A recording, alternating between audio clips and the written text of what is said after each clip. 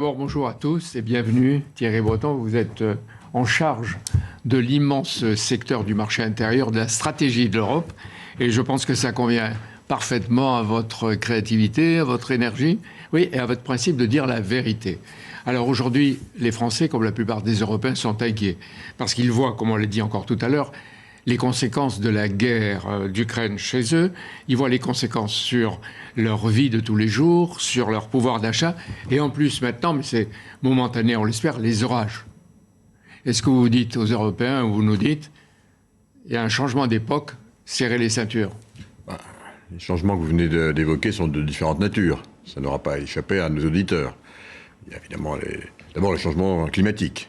C'est celui qui effectivement a intéressé nos compatriotes, mais aussi un nombre important de nos concitoyens européens. C'est vrai que le changement climatique, il est à l'œuvre.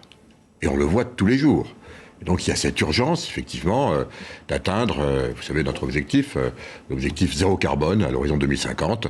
On sait, de façon certaine, scientifique, avérée, il n'y a plus de climato-sceptiques, je pense, désormais, que, voilà, le réchauffement climatique, les émissions de CO2 dans l'atmosphère, eh bien ça provoque ce qu'on est en train de vivre. Donc, oui, on est dans cette situation d'urgence.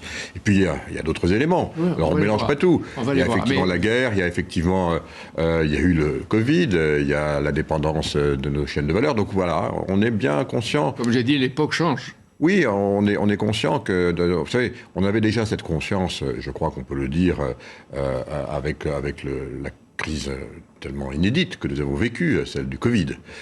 On a vu qu'on était dépendant, on a vu qu'il fallait reconquérir notre souveraineté dans bien des domaines. Ça a été fait avec les vaccins, vous vous en souvenez.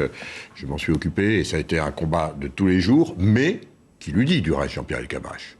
En l'espace de quelques mois, l'Europe est devenue la pharmacie du monde. C'est le continent qui a fabriqué le plus grand nombre de vaccins pour nos concitoyens, mais aussi pour le reste du monde. Donc on peut le faire quand on s'en donne les moyens. On va voir dans quel domaine, justement. Mais vu de Bruxelles, à quoi ressemble aujourd'hui la France? Et est-ce qu'elle est prête à tout ce qui est en train de se produire? Est-ce que vous la voyez forte de ses ressources, peut-être de quelques atouts, ou vous la voyez fatiguée, divisée, et comme on dit, un peu somnambulique? Non, la France est un grand pays, évidemment. La France est un pays majeur au sein de l'Union européenne.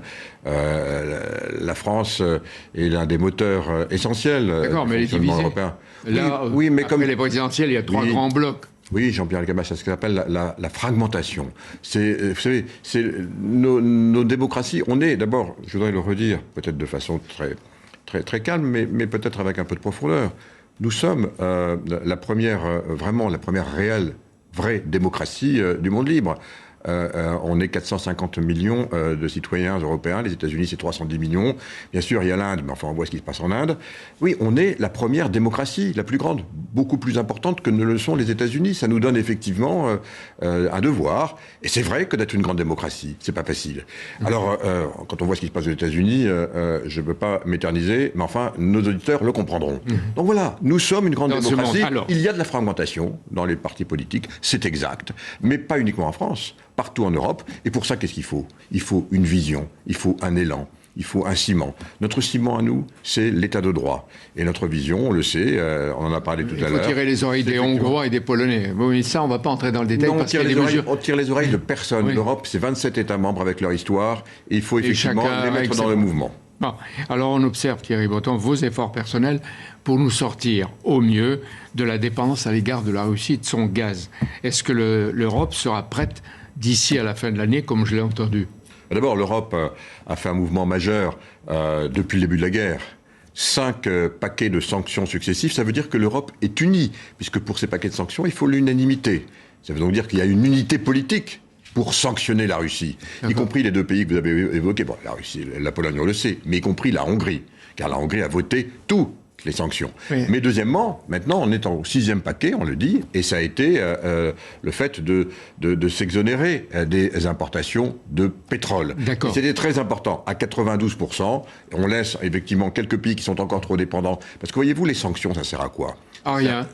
Écoutez, non, pas à rien, parce que ça l'affaiblit pas. Mais il y a des conséquences aussi sur nous. À qui ça fait le plus de mal? Vous l'entendez de plus en plus dans les opinions. Les sanctions, ça sert d'abord à ne pas apporter des moyens financiers à Vladimir Poutine. Parce que pour nous, Européens, et pour notre État de droit, et pour beaucoup d'entre nous, c'est intolérable de financer cette guerre. Donc les sanctions, d'abord, ça sert effectivement à ne plus financer cette guerre. 92%, Très bien. 92% du pétrole qui ne va plus venir de Russie, c'est autant d'argent que l'Europe ne va pas donner. Des milliards qu'ils n'auront pas. Mais par contre... Mais attendez, vous avez dit que ça va durer jusqu'en décembre. Non, Est-ce que ça veut dire que pour vous, à Bruxelles, vous pensez que la guerre va durer jusqu'en décembre, c'est-à-dire encore des mois et peut-être en 2023? D'abord, je veux juste aller au bout. Derrière, il faudra aussi, et je m'y prépare, s'exonérer aussi du gaz. Parce que le gaz russe, aujourd'hui, il faut le plus vite possible retrouver notre autonomie. Car Vladimir Poutine n'aime pas le projet européen.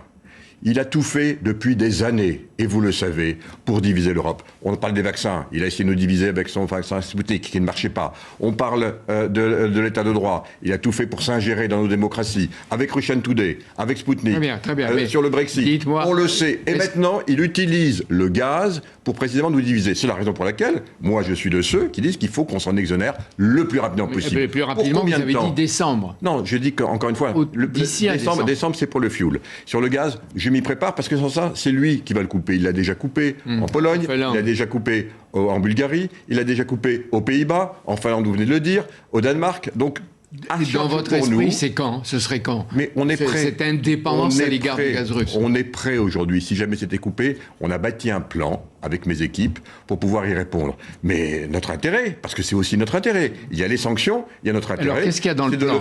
Qu'est-ce qu'il y a dans le plan? Dans le plan, c'est l'augmentation du gaz naturel liquéfié. Vous savez, on importe 155 milliards de mètres cubes. Beaucoup des États-Unis. Non, on importe de Russie 155 milliards de mètres cubes par an. Là-dessus, il y a 50 milliards qui vont venir maintenant du gaz naturel liquéfié, en partie effectivement des États-Unis ou du Qatar. Deuxièmement, il y a 10 milliards supplémentaires sur les pipelines existants. Troisièmement, il y a l'accélération des éoliennes offshore et des panneaux photovoltaïques, c'est 25 milliards de mètres cubes. Quatrièmement, un sujet, et vous savez, on en a déjà beaucoup parlé, Jean-Pierre Elkabbach, le fait qu'il va falloir prolonger certaines centrales nucléaires qu'on devait fermer.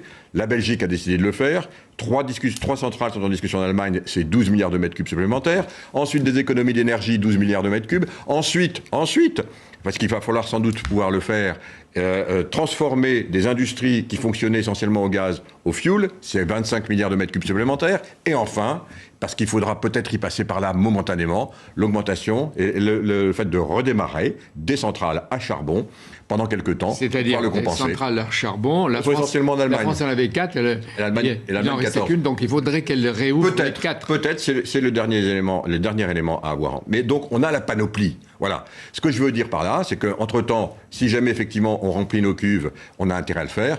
Voilà, on fait des sanctions.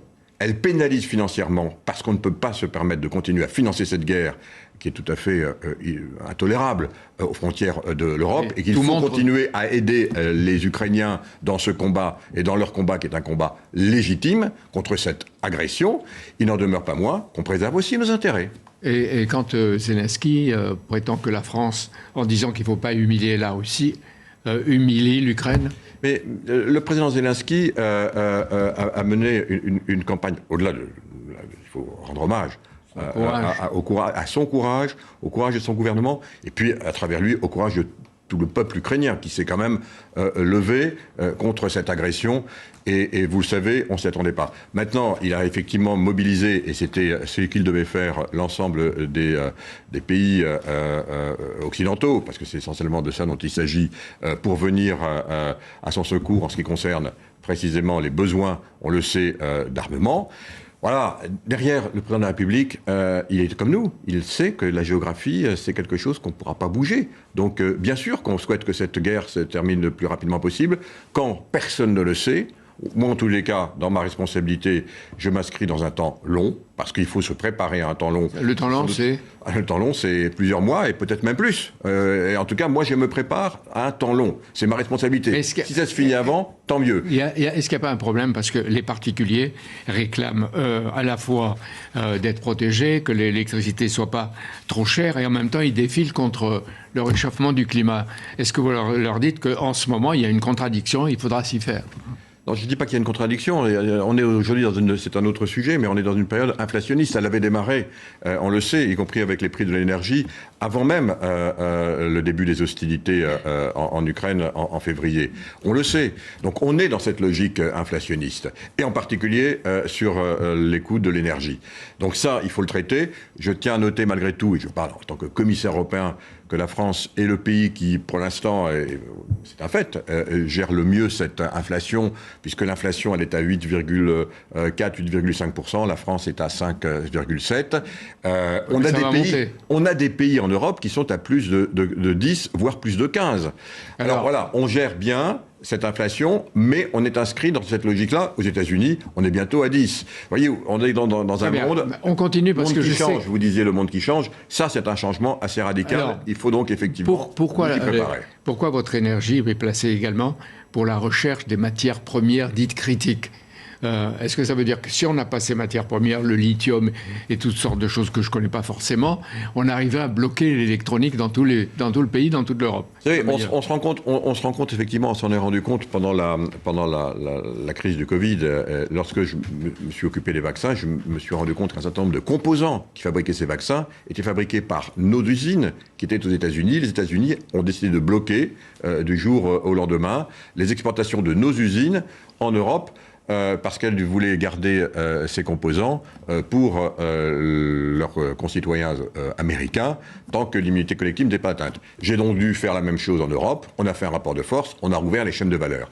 Qu'est-ce que ça nous dit, Jean-Pierre Elkabbach? Ça nous dit effectivement qu'on est dans une nouvelle géopolitique. Cette nouvelle géopolitique, c'est ce que j'appelle la géopolitique des chaînes de valeur. En d'autres termes, c'est pas parce qu'on va remettre une usine en Europe que tous les problèmes seront réglés. Bien sûr qu'on va le faire.